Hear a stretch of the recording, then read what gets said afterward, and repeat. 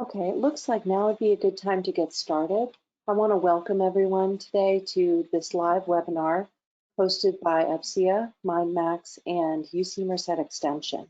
We're going to be speaking about PCO startup mode, balancing long-term strategy with a practical launch at UC Merced Extension. I'd like to introduce today's speakers, Annette Webb, Dean of UC Merced Extension, and Maxey, founder and CEO of MindMax. Welcome everyone. Hello, everyone. And one more item I'll suggest is please feel welcome to add questions in the question bar or the chat throughout the course of the webinar. We will be answering them as they come in, and there will also be some polls to answer. So we look forward to your participation.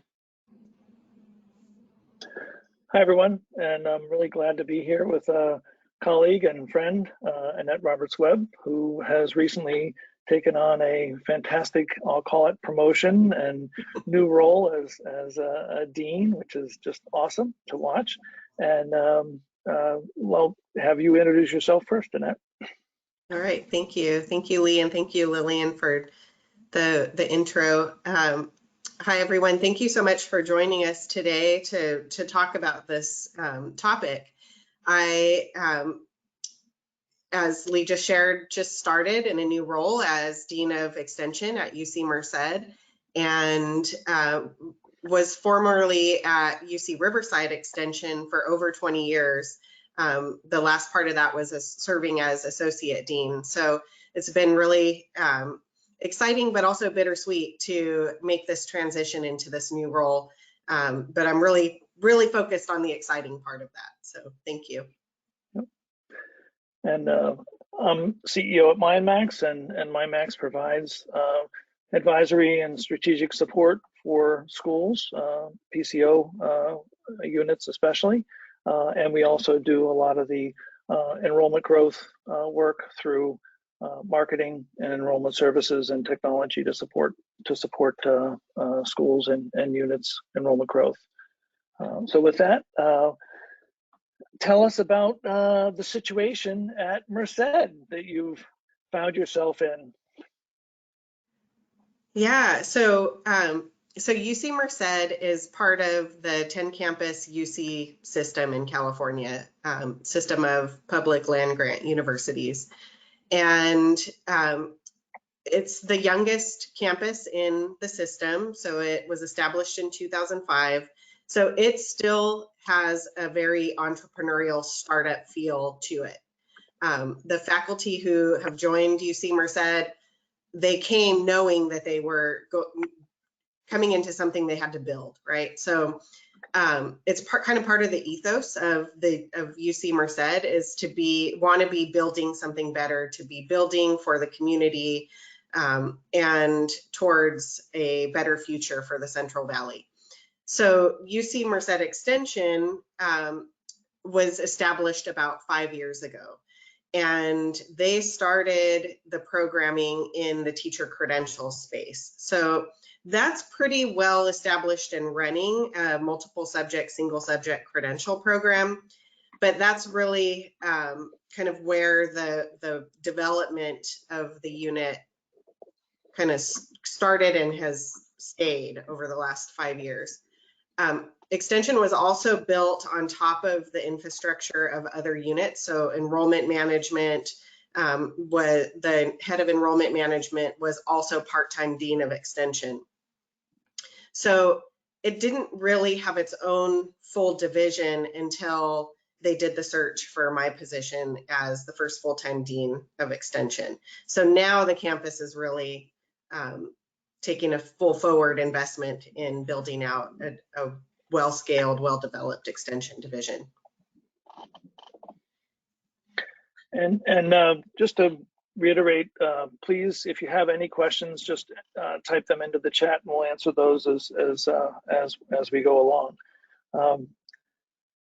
So what was it like when you showed up and they said, "Oh, look at all the stuff we have for you to continue"? And one of the books that I've think is I'll call it a seminal book for anyone starting a new leadership role is called The First 90 Days. It's an old book. It's from 20 some years ago, but yeah, one of the pieces in there that I thought was really helpful is, are you coming into a startup? Are you coming into a maintenance situation? Are you coming into a restart?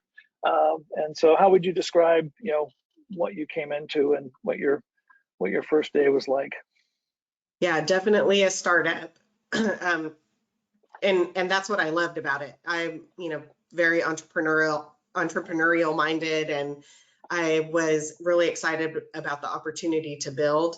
And I love this question, like, what was my first day like? I have to answer that with which first day, because before I was even officially in post, I was already in meetings. People were already emailing me to say, hey, I have an idea. Hey, can we partner on this? Would love to talk to you about, these 3 different things. And then my official first day, of course, was kind of the typical, like, getting access and settling into the office and meeting people in person and those kinds of things. But, I actually started transitioning into the role before I was officially in the role, because of the excitement around the startup and the build out. And if you can go to the next slide, these are some initial challenges that we see, not just with a startup PCO, but with anyone coming into a new leadership role like a dean's position. There's budgets, there's staff, there's programs that people have in their mind versus programs that you actually have already running versus what you actually have capacity to do something about. Your technology infrastructure, the relationship, as you described, very entrepreneurial as an entire main campus, and what kind of governance and flexibility and agility you have with the Senate.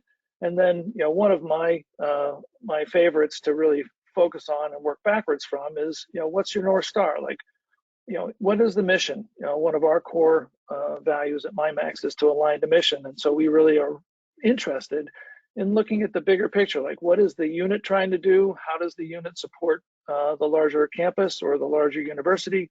So talk through, which of these were, some of your key initial challenges. I'm sure all of them might have been in, but can you talk through some of your key challenges out of these? Yeah, I think, all of these are definitely on the challenge list for me. I'll start with infrastructure. As I said, the extension division was built on top of the existing infrastructure for other more traditional undergraduate serving departments for the campus. And so having to sort of pry that apart and then reestablish infrastructure for non-traditional, postgraduate workforce development, upskilling type of programs, custom programs, I'm really having to literally build that from scratch. So, things like an SIS for extension, we don't have that yet, but we're working towards it.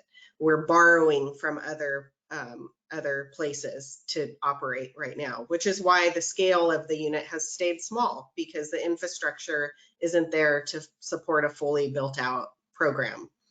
I would say the other big challenge is that, and it's an opportunity as well, because people were really excited about extension having a scaling plan and being part of the full strategic plan. So a lot of people had ideas on the idea board, and some were small, some were big. And so then I had to balance that with, what is our capacity for program development, in what timetable, and where's the expertise to help me with the building, the idea creation to the implementation through that whole process. And so that's been something that I've had to balance, as well as this idea board that's full of some really amazing ideas, innovative ideas, and some that are like, I don't know if we really want to do that. That might not be really our space. But then having to communicate that to the people who put that on the board in a nice way that maintains a relationship for me longer term, because there might be something later that I want to work with on them. So the relationship with Academic Senate and the University of California is really critical. They can really put up high brick walls and stop all forward progress if that goes wrong. And so I've been really fortunate in this position. The Academic Senate has also described themselves as being nimble, which is incredibly unusual, I'll say, but welcome from my seat in the org. I actually had a meeting with the Senate chair of the grad division, and we talked about the policy committee being open to me drafting new policy language that accelerates the approval process for extension courses and certificates in my first 30 days. Like, that is incredible to me. That was like a huge win, you know. I'm a let's get small wins and build momentum, but that one, I'll take it all day. That was a really big win. And I appreciate that kind of openness to work with me in a new space. Lastly, I'll talk about my North Star. I have been, my whole higher ed career, over 20 years, has been in the PCO space. And it's because I really want to create programs that make a difference in the community. And one thing that I'm especially driven by is serving vulnerable and underserved communities. So, you know, I moved to the Central Valley from the Inland Empire. Demographics are similar, although there's quite a bit, the poverty rate is quite a bit higher in the Central Valley. And we have over 53% of the population that speaks a language other than English. And so I'm looking at that for motivation in building partnerships to help create the right programs that are going to have an impact, but also thinking about delivery of programs and doing them in different languages. So, you know, everybody has a project management certificate, but what about a project management certificate that's delivered in Spanish? That might be really cool. So I'm trying to think about ways to specifically serve my new community.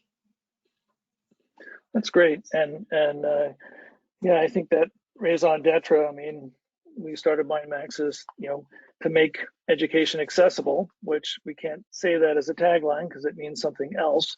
But it really is about, you know, creating that accessibility. And I use the term pathways and the different pathways that are, one, available right now, but just, you know, with, I'll call it the COVID era, the pandemic era, it really has made everyone, no one has a linear pathway anymore. You know, we all got disrupted quite significantly in the last few years. And I think there's a lot more openness to alternative, creative, different kind of pathways that people take. And I think that's opening up all sorts of possibilities.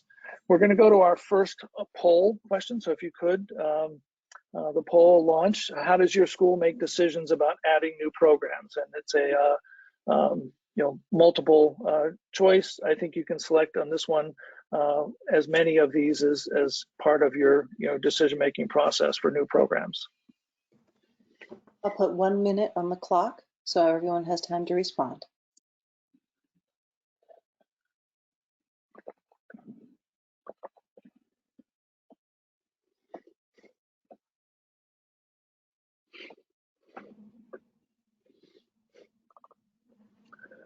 I think 1 minute's probably going to be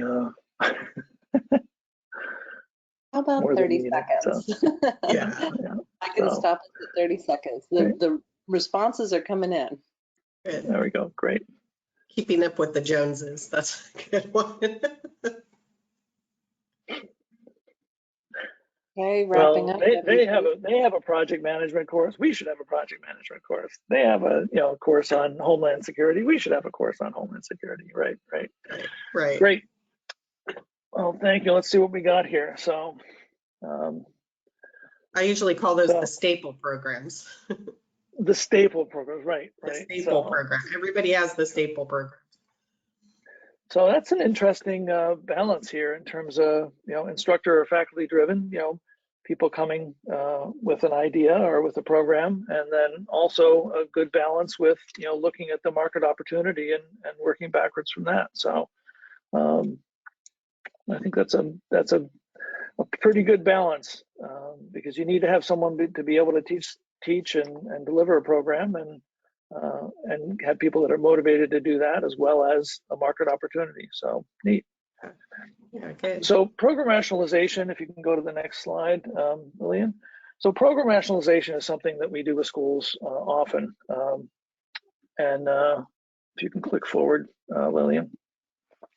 And when we look at program rationalization, one of the things that we are looking at is, how many programs, what kind of infrastructure and resource staff-wise are you able to support as a unit? A lot of times units are very small and they're supporting a very large number of programs.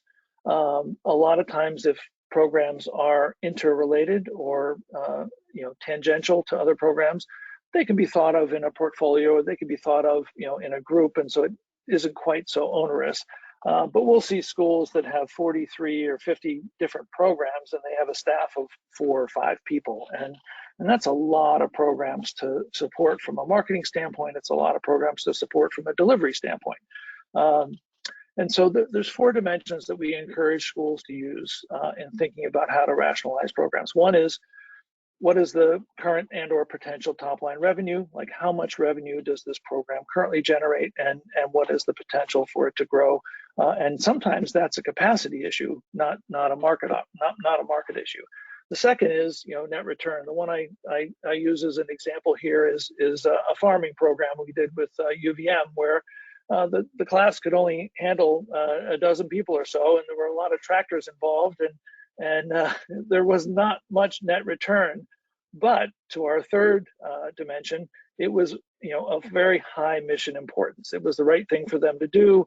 It was an important part of their responsibility to the state of Vermont, and that was just something that they needed to do. And then fourth is the market opportunity, which is really a fairly complex category of everything from market need and size, as well as how competitive is the landscape, who else is offering similar programs, is this program being offered in so many different ways, and all of those things impact that market opportunity. And then based on, and it's not, this is a art and science, but based on looking at those 4 dimensions, those programs that may have a high mission importance but don't generate a lot of revenue or a lot of net return, they're still important to do, but they're not an A or a B program. And using those simple categories of A, B, and C, and making sure that every program gets some level of treatment of having a website or a web page, having a lead form, having some automated emails, having some way of connecting with prospective students and helping them enroll. But those programs that are in the A or B category, you might do more things. You might use more ad spend. You might actually do more outbound calling. And those programs that are in the A category, you might actually go to professional conferences. You might actually do many more things face-to-face, or you might start working on developing B2B relationships in programs that are in, I'll call it the A category. And this way, instead of focusing on everything equally, which we see a lot of people do, this allows you to focus on higher priority programs. Anything more you want to add on that, Annette? No, I think that all makes sense. And we've, in my past experience, have done a lot of that, kind of trying to categorize the portfolio into different kinds of, I'll say, treatment groups for brand awareness, program recognition, tactical marketing strategies, trying to just, because you can't do the same thing for every program and be effective across the board equally. So, yeah. So we mentioned the first 90 days before, but how's it been going?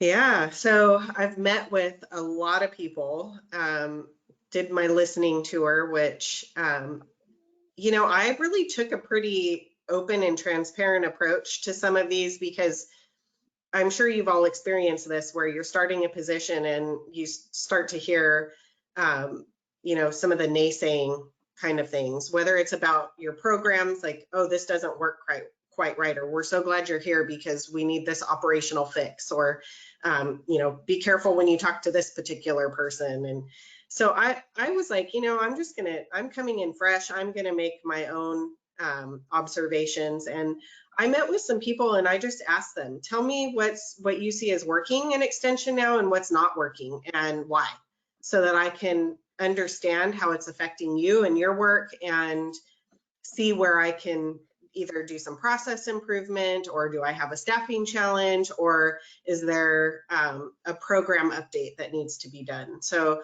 I just wanted to have those open conversations right away, rather than assuming everything is beautiful and I'm just stepping into a nice, neat arrangement. I knew that wasn't the case. So that's been really good. And, you know, I was also observing kind of what was happening in my with my programs and staff, and I could see where there are things. I'm a big continuous improvement Kaizen type of person, type of leader. And so I want to look at process improvement. Things are never perfect, so let's always iterate towards the best outcome that we can have next, and then keep working from there. So I could see right away where things needed some attention, and having those conversations and then doing my own observation, I could put those together towards the action plan and part of the longer term strategy. You know, I talked about the infrastructural needs. That's huge. And so been assessing that, and then working with key campus partners on plans for procurement and, you know, sourcing different systems and things that we'll need. And then another big one was really trying to understand the campus culture apart from what they told me during my interviews, right? Because everybody has the thing they say publicly, but then what's really going on? So, you know, I asked a lot of questions, and I know we'll talk about this again in a little bit, but, you know, asking questions is a good thing. Being curious is a good thing, and having people who can share with you kind of, you know, the behind the scenes stuff is important. So on the long-term strategy, it's all about program build out, really. Like I said, we have no professional workforce certificates right now in the portfolio, 0. And so we are building that out. And so there's intentionality about connecting that with the campus strategic plan, but then also looking at the different areas of focus for our region, for corporate education. The international space has already come to my desk, like, hey, can we talk about building out internationalization on the campus, which was in my long-term planning, but that actually happened on day 2. Can we talk about internationalization? So yeah, there's a lot of long-term needs that we'll be working in smaller chunks towards. One thing I got really excited about, though, is that undergraduate education and the Career Center, they're very interested in creating a major mapping tool that includes alternative credentialing. And so I am invited to the table for that conversation right from the beginning to talk about what are the career skills that should be embedded in curriculum, undergraduate and graduate? What are vehicles for doing that? How does extension fit within it? And then having extension be a part of the formal major map, career map tool that the university gives to every student. So that I'm excited about. It may be a midterm strategy, maybe not such a long-term strategy. Right. Want to encourage people, if you have questions, please put them in the question area. And then, Annette, what was something that was, you know, a surprise, that was a delightful surprise, and maybe something that was a surprise, like you're like, oh. So what is something you experienced from a surprise, you know, oh, that's great. You know, maybe it's that the faculty senate was open to doing things, you know. Yeah, that was a big surprise, actually, in a good way. I think for me, I don't know, maybe the surprise was more the internal team's readiness for a full-scale extension. I think it's a small team. There's 10 FTE, and so I'm going to build this into a full-scale extension. So not necessarily a surprise, but really having to set vision for what an extension is. And we've talked about having the team go see what a full-scale extension looks like, so that they can, with their eyes, make it tangible, rather than me describing what it will look like.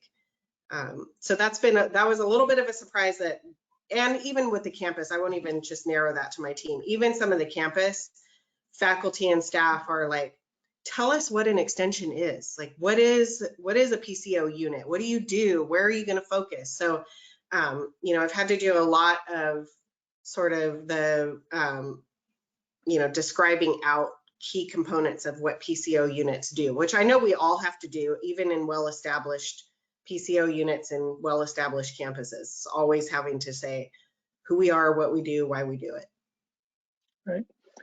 So we have a question. When are you done being a startup? When are you in a more of a steady state in the higher ed world? Is that 3 to 5 years, or what do you think on that, Annette? I have some thoughts on that, but what are your thoughts on when you're done being a startup? Well, I guess I'm going to throw a curve. I feel like if you're entrepreneurial, you should always be operating in startup mode.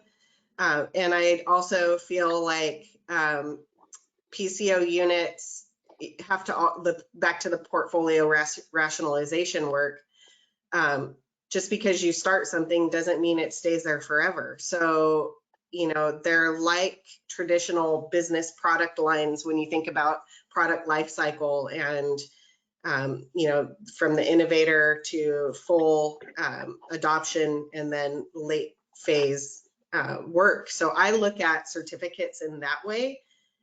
Some of them do have long shelf lives, but some of them don't. So I'm always doing opportunity scanning, and every single new initiative is a startup to me.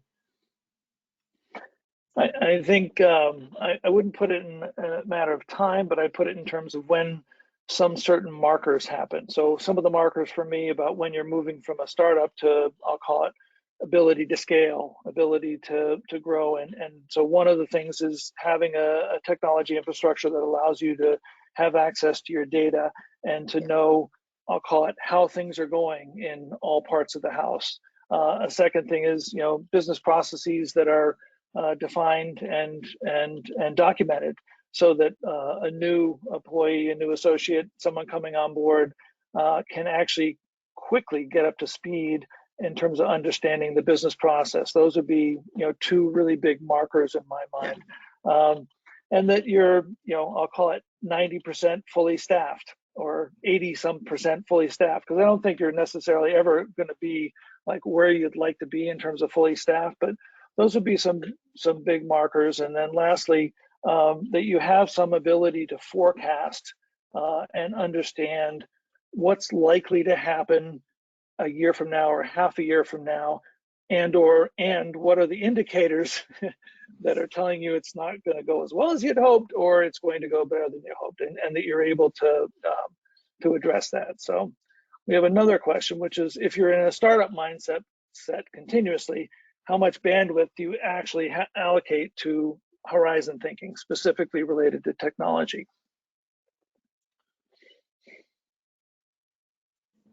So I think where you were going with being able to monitor like the health of the organization is a really important place for technology to come in as a tool. I don't have that yet. That's part of the infrastructural build, having dashboards that I can look at to monitor the health of the org from multiple perspectives: enrollment trends, financial trends, but even like our forming advisory boards and making sure that those are active and that program reviews are happening on a regular basis, whatever that regular means for as we define it. So I I'm looking forward to building all of that out. It's definitely in the scaling plan, but those things are like, I have to get the big rock first and then start putting the other rocks on top, right? To build this out. And I'm also having to bring my team along in mindsets towards that kind of growth. So, Yep. Yeah. And when we do advisories, we're looking at 4 dimensions. People, their capacity, capability, expertise, business process, and maturity of business processes, the technology to support those business processes, and then lastly is culture. And I think what you're implying is the idea of, hopefully you always have that agile culture, thinking of, and I think that's what the question was sort of implying as well, that you're looking forward as well to potentially something going forward. Yeah. Well, we're going to do another poll question. So given that you have to maintain that culture and keep people motivated or motivate them to get started, depending on where they're at, how do you motivate, or how do you keep staff motivated towards innovation, using those more entrepreneurial mindsets? And if people could put their select one or more of the items in the poll question. Pizza. Well, pizza or donuts or whatever the refreshments are that are, it could be Taco Tuesday, whatever it is. Are we allowed to say that, or do we have to, that's a trademark slogan, I think, so we're not allowed to say that, but Yeah. Taco Wednesday. Yeah.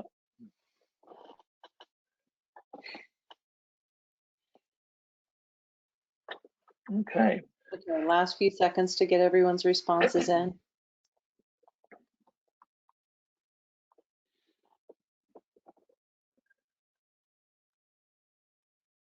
Great. So it looks like the donuts and bagels on Thursday or Friday mornings is not the thing that's going to make it happen for people. And so, your thoughts on what you're seeing on this poll, Annette? I love professional development. I was gonna, if I were to respond, that's where I would go. I actually reinstated UC Merced's membership with UPSIA as one of my first decision points, and connected the staff to the resources for professional development, because I'm sharing my vision for what the organization is going to look like, but they need the training and they need the context for professional development. So I actually have a couple of folks going through the PCO, one going through PCO leader certificate, and the other one's going through some of the PCO manager certificate. So, and then I'm pushing out all the resources and the the networks to them so that they can join and start hearing the conversations. So I encourage using UPSIA as a space to be a leader within your own organization. Have your team submit session proposals, get connected with the networks, and use it as a place to source information when you have questions about all kinds of components, infrastructural, programmatic, online, marketing. So it's a really fantastic resource. And I think on the recognition, if you can go back to the poll results, I don't know if you can, but something I learned in the sort of late 80s, planned spontaneous recognition, recognizing something that happens that goes well as close to the moment that it happens, and then regular and frequent communication. I've heard this over and over again, that similar to the real estate business, location, leadership is communication. That you can't over communicate around focus, what we're trying to do, and really having a dialogue about how we're connected to that larger mission and those larger goals. So great stuff. Okay, if we can go on to kinds of things that you're doing, and I laughed because this is a slide that Annette authored, and I have a lot of this in my daily practice as well. So, so Annette, if you can describe sort of your daily practice as a leader here. Yeah, so I started with affirming the good work that's in progress, whether it's small things or big things, whether it's affirming to myself or affirming to others. And when I say affirming my own good work, that's really where I battle with imposter syndrome a lot of times. Like, should I really be in this meeting? Am I really qualified for this position? Like, all of the self-doubt that comes creeping in, which I know happens to everyone. But when you affirm the steps you're taking that are in the right direction, it sets that imposter syndrome to the back seat. Like, that this is actually good work that's happening, and we are in the right space and time. I really am a big proponent of frequent communication. Also, like you said, Lee, you have to connect the unseen dots. Not everyone has the ability to see all the dots that are floating out there in the air and how they connect towards the longer term vision. That is a leadership quality. It's a skill that has to be developed. There are folks who are like, I know everything. I know deeply what's happening within my program area. But when I bring up something from a wholly different kind of programmatic area, but still within extension scope, it's like they don't see the connection to the larger mission. So you have to be able to explain and connect those unseen dots for people so that they really understand. So always trying to do that. And you can do that easily using tools like Teams, just to, hey, here's an article that talks about this and that and that and why it's important, so trying to just share resources quickly helps to do some of that. I'm a big spot checker on progress. I get anxiety actually if I don't know where a priority project is at, and so I'll be like, what's happening with, okay, great. So I'll just do really quick check-ins to spot check that we're in the right place at the right time for particular projects. And if they're not, then I'll pull a quick huddle together. Like, let's refocus because something's not going the way I want it to here. Always do a quick scan for your hot button items or your VIP communicators. You want to be responsive. I want to be responsive. And then regular opportunity scanning in various network spaces. That's where you can, get a keen eye on, hey, there's a new initiative that this group's doing. Hey, maybe we can connect to that. And so using those, that opportunity scanning is really important. And I would say this is not something that just comes naturally to people. You have to train people on which listservs to connect to, which, professional networks and professional associations are relevant to your particular region that you should sign up for and be watching. I always get the state governor may revise but final budget, so I can scan through that to see where's the workforce development piece, where's the education piece, and how do we tie into those funding streams. So, legislative actions are really important for these opportunity scanning. And then lots of times during the day, I go like this.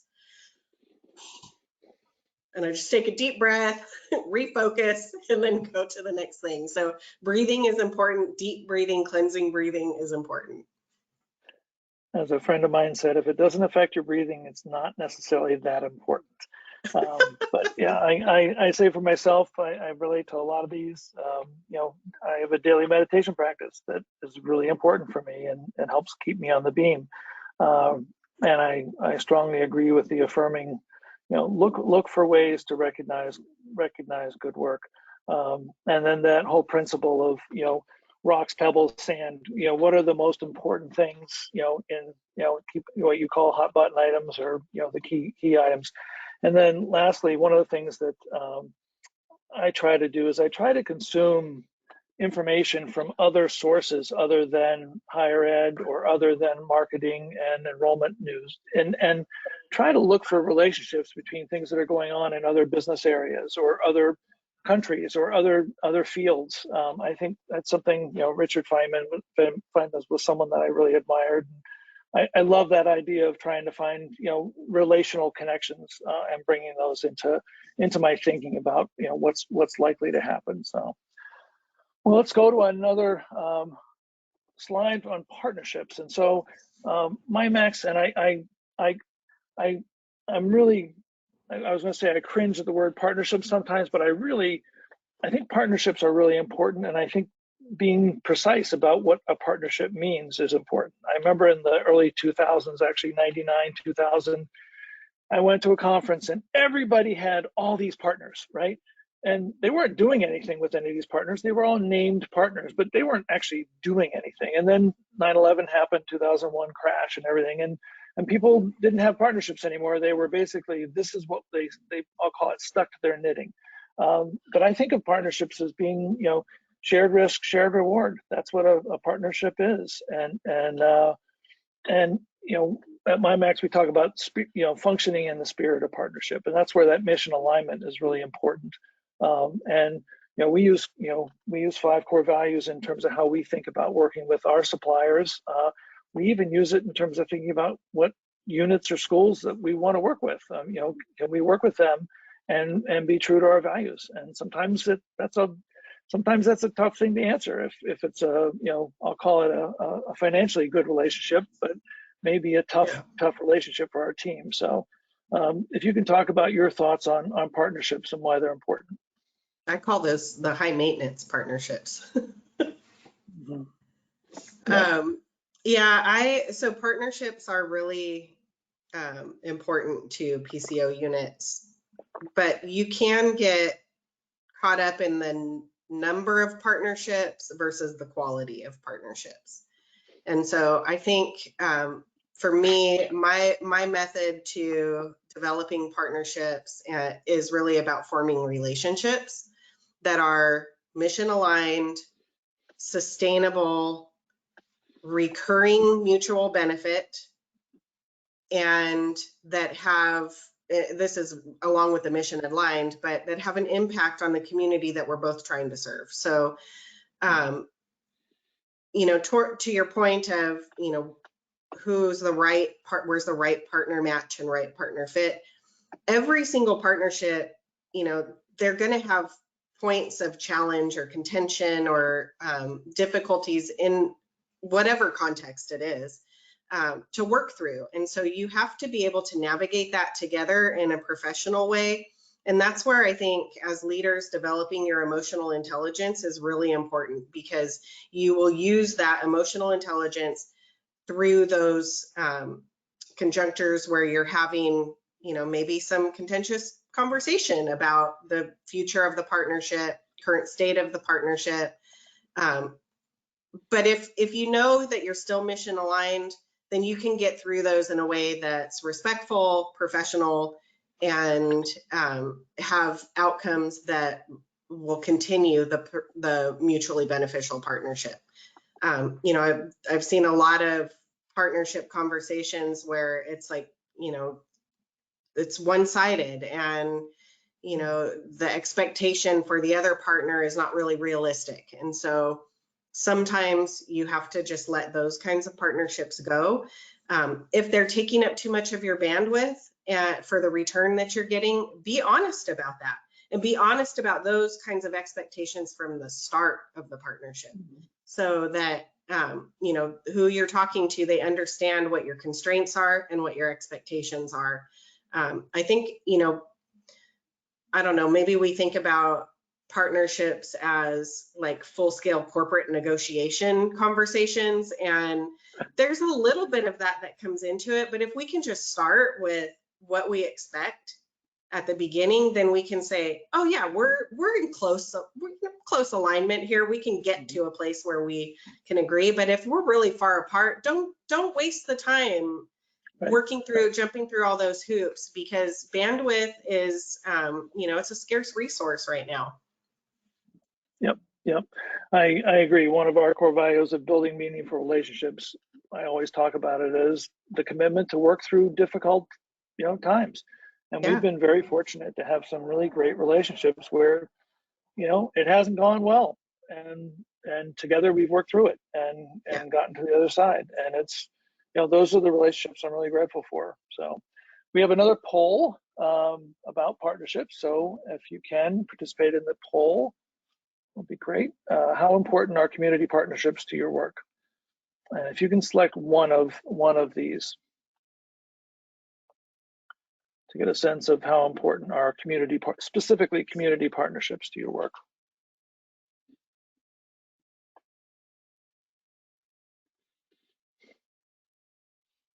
Okay, so looks like we're at time. Looks like that they're pretty important. So critical or important. So I'm not surprised. And as you talk about long-term projects, I know partnerships are going to be a big part of that. So if you can tell us about some of the the longer-term projects that you have on your plate. Yeah, and it's been interesting for me to move from an area where I've worked for 20 years and I have really well-developed partnerships and networks, and now I'm in an area where I'm starting that also from the ground up. So I'm having to build relationships from scratch, and that's good, but challenging too, right?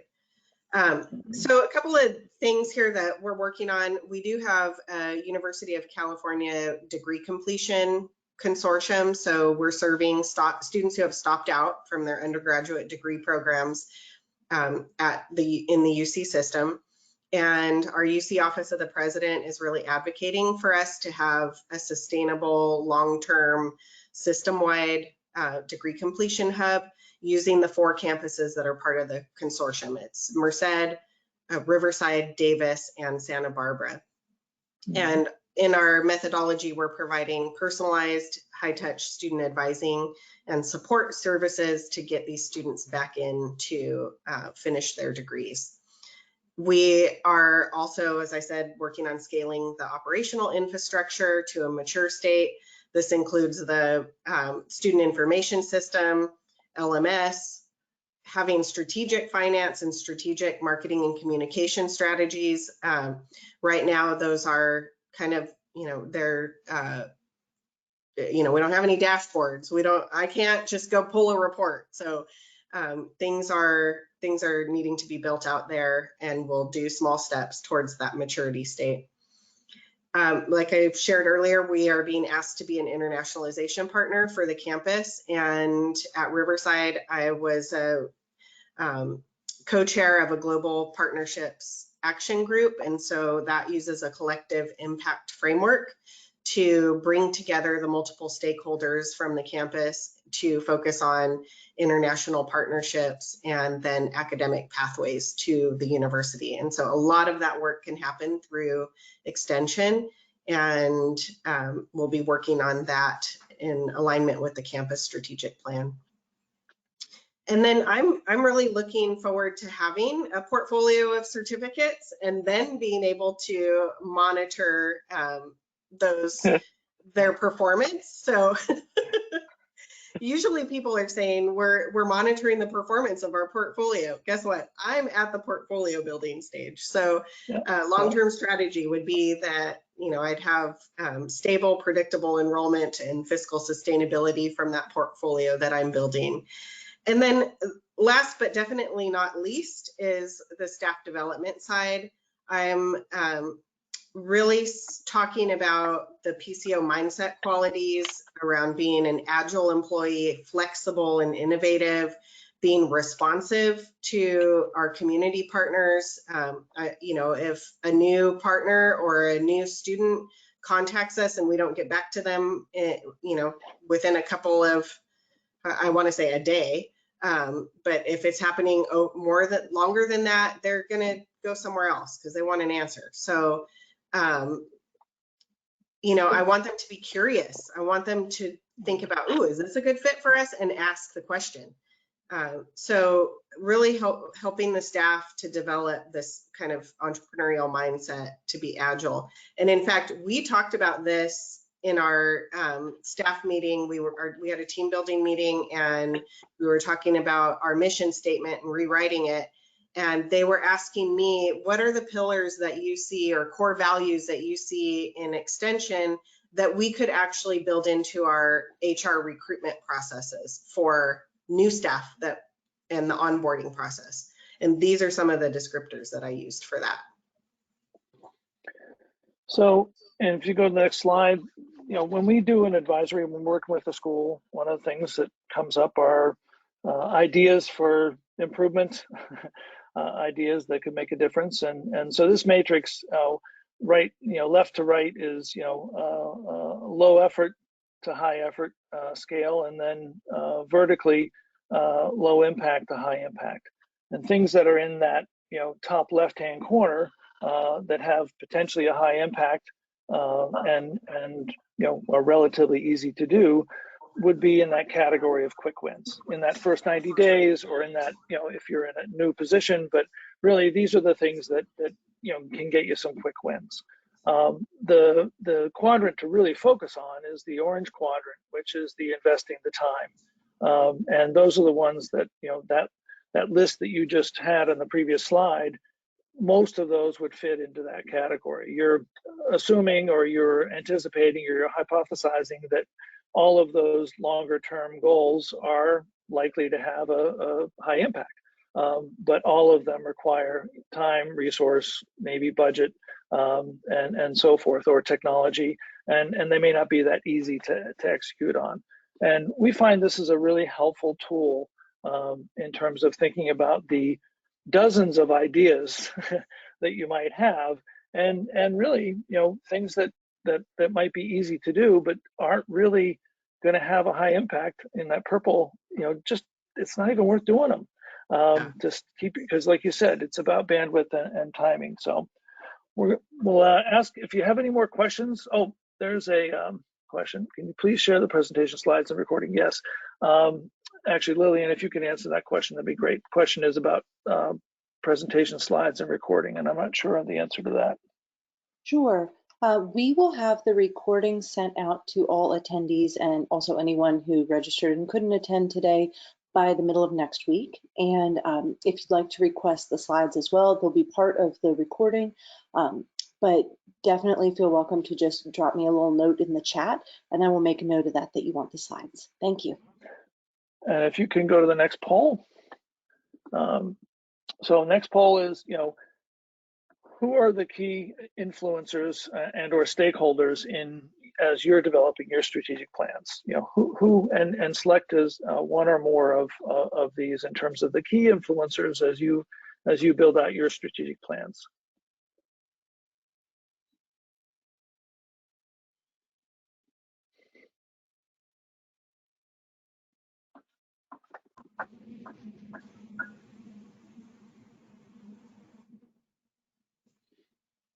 Okay.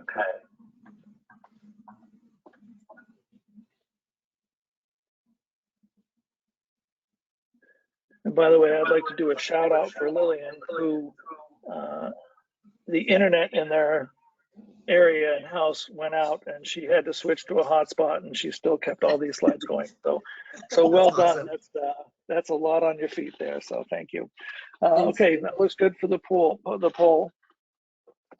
So all over the place. So okay, so there are a lot of influencers / stakeholders, but I'm personally glad to see current and prospective students is high on that list. So yeah, yeah. So I mentioned Annette, that one of our core values is to learn always. I wanted it to be ask for help, or we don't know, we're going to find out, or something along those lines. But you and I very much agree on the concept of the importance of asking for help. So if you can just highlight your thoughts on what kinds of things you're doing to ask for help. Yeah, I've shared with folks that in all of my positions, have driven people crazy because I ask a lot of questions. But that's because I'm curious. I'm curious about why do we want to do this? who are the people I should be connecting with? What are the priorities of the partner that I'm talking to, so I can find synergistic alignment, things like that. So I ask a lot of questions, and I don't think there's anything wrong with asking questions. And asking those questions will help you form your strategy. I also think that there are really good opportunities to create a trusted colleague network that you can talk to as a professional sounding board when you're kicking around ideas in your head. If you have a place that you can go to sort of soundboard and get some feedback on some raw ideas, I think those are really good to form, to have that professional network. And then make sure you have some trustworthy allies that can help you sort of read between the lines on things, because you might ask a clear question, but the answer might not be as clear. So having some trusted allies where you can do some fact checking is also really important. Great. And then in looking at success, there's success when you're getting started. There's success once you've had a what's it called, a more robust set of programs and certificates, and then there's success, as someone sort of implied, as you get beyond that startup stage. So what does success look like in your mind? If you can go forward one slide, Lillian. Yeah, success to me will be that I have a fully scaled extension division that's operating and is financially sustainable and stable, that I can have reliable 1, 3, and 5 year forecasting. So having a technology infrastructure that provides me with good data to be able to monitor and pivot when I need to. I want my staff capacity to grow, and so the portfolio will grow, staffing will grow. I'm looking at 3-year benchmark and then a 5-year benchmark for growth targets, and also really interested in having, as we talked about, partnerships are really important to me. Having these established, strong partnerships that are mutually beneficial and there's recurring engagement. We're working on big things, not just small one-offs. We're working on big initiatives that are regional initiatives. Great. Well, Annette, thank you very much. I look forward to, I'll see you next week, but I look forward to learning more about how things go at Merced, and want to thank everyone who was able to attend today. And if you have further questions or would like to stay connected, both Annette and I put our LinkedIn connection places into this slide here. And I can speak for Annette, but definitely for myself. If you'd like to reach out or have any questions, please let me know, and would make myself available. So thank you very much, Annette. Yeah, thank you for the opportunity to talk through this, and please, if anybody has any questions or wants to discuss your own opportunities or partnership opportunities, feel free to reach out.